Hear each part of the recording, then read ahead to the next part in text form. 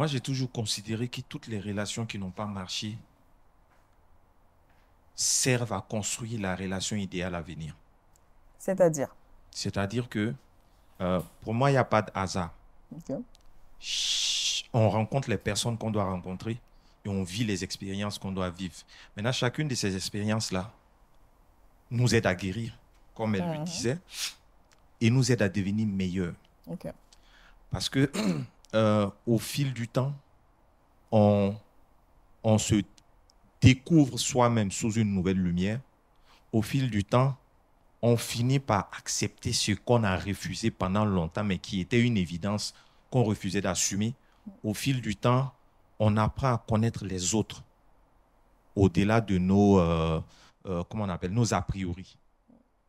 Donc, normalement, tu sors d'une relation qui n'a pas marché, plus aguerri, plus toi-même. Et tu le dis comme si c'était facile. Ça se fait. Est-ce que ça va de C'est soi des ou... choix, en fait. Ok.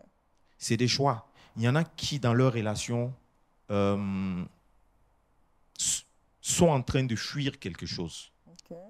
Il y en a qui, dans leur relation, sont à la recherche de quelque chose. Mhm. Au fil du temps, tu finis par découvrir certaines choses qui étaient enfouies en toi. Tu te rends compte que tu étais capable, par exemple, de t'aimer. Mm. Il y en a qui recherchent de l'affection. Oui. Genre, comment je vais dire ça? Il y en a, par exemple, qui manquent de confiance, Ok. Et qui recherchent ça dans dans la l'autre. relation avec l'autre. Oui. Mais au fil du temps, tu finis par te rendre compte que tu dois être d'abord amoureuse de toi-même ou amoureux de toi-même avant d'espérer que l'autre t'aime pleinement.